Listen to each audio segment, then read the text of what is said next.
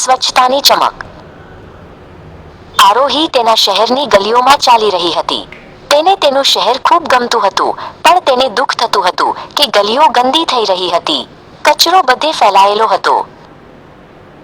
તે તેના મિત્રો ધ્રુવ અને મીરા પાસે ગઈ.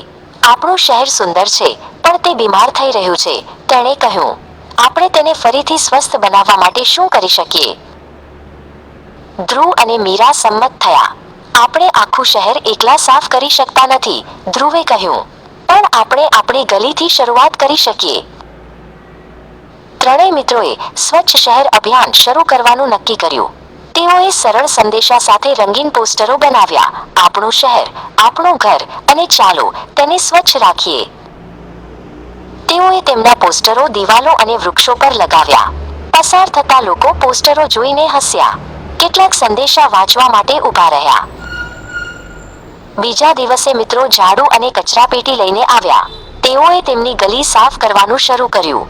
શરૂઆતમાં કોઈએ ધ્યાન આપ્યું નહીં. પણ થોડી વારમાં એક વૃદ્ધ માણસ તેના ઘરની બહાર આવ્યો. બાળકો, તમે શું કરી રહ્યા છો? તેણે પૂછ્યું. અમે અમારું શહેર સાફ કરી રહ્યા છીએ, આરોહીએ કહ્યું.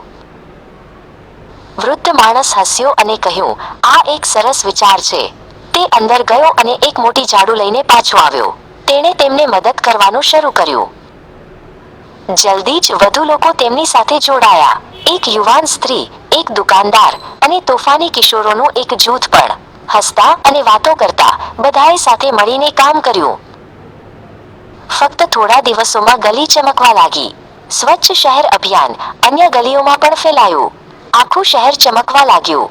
આરોહી અને તેના મિત્રોએ સાબિત કર્યું કે એક નાનો વિચાર પણ મોટો બદલાવ લાવી શકે છે. શહેર સ્વચ્છ તો થઈ ગયું હતું, પણ આરોહી અને તેના મિત્રો જાણતા હતા કે આ સુંદરતા જાળવી રાખવી જરૂરી છે. હવે શું? મીરાએ પૂછ્યું. આપણે લોકોને યાદ અપાવતા રહેવું પડશે કે આ સ્વચ્છતા તેમની પોતાની છે. ધ્રુવે એક વિચાર આપ્યો. ચાલો આપણે શાળાઓમાં જઈએ.